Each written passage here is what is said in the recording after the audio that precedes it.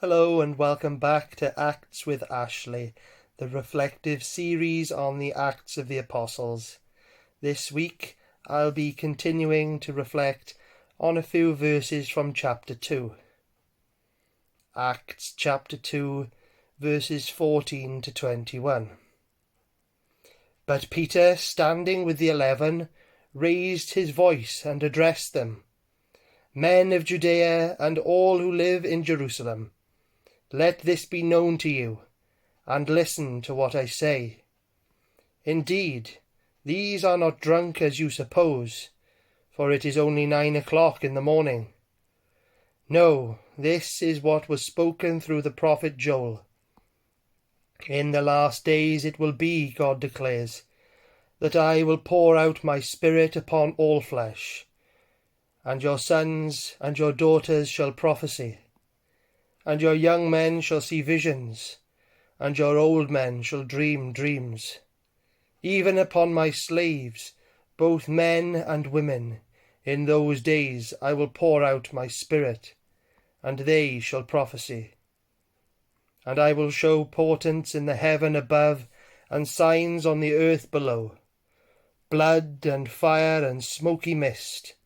The sun shall be turned to darkness, and the moon to blood, before the coming of the Lord's great and glorious day. Then everyone who calls on the name of the Lord shall be saved.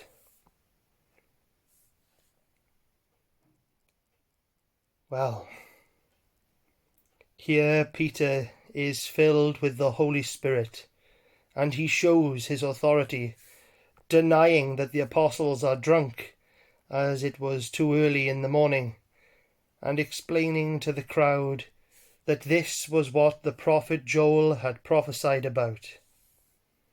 Then Peter quotes the prophet Joel's description of the day of the Lord. This was the day that separated the present age from that which is to come.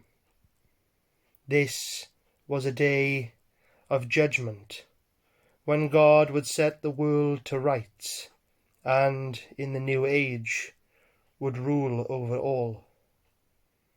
His quote from the prophet Joel ends by saying that we cannot save ourselves from God's judgment. God alone saves us. God saves us by his grace and mercy towards us, but we have to accept it.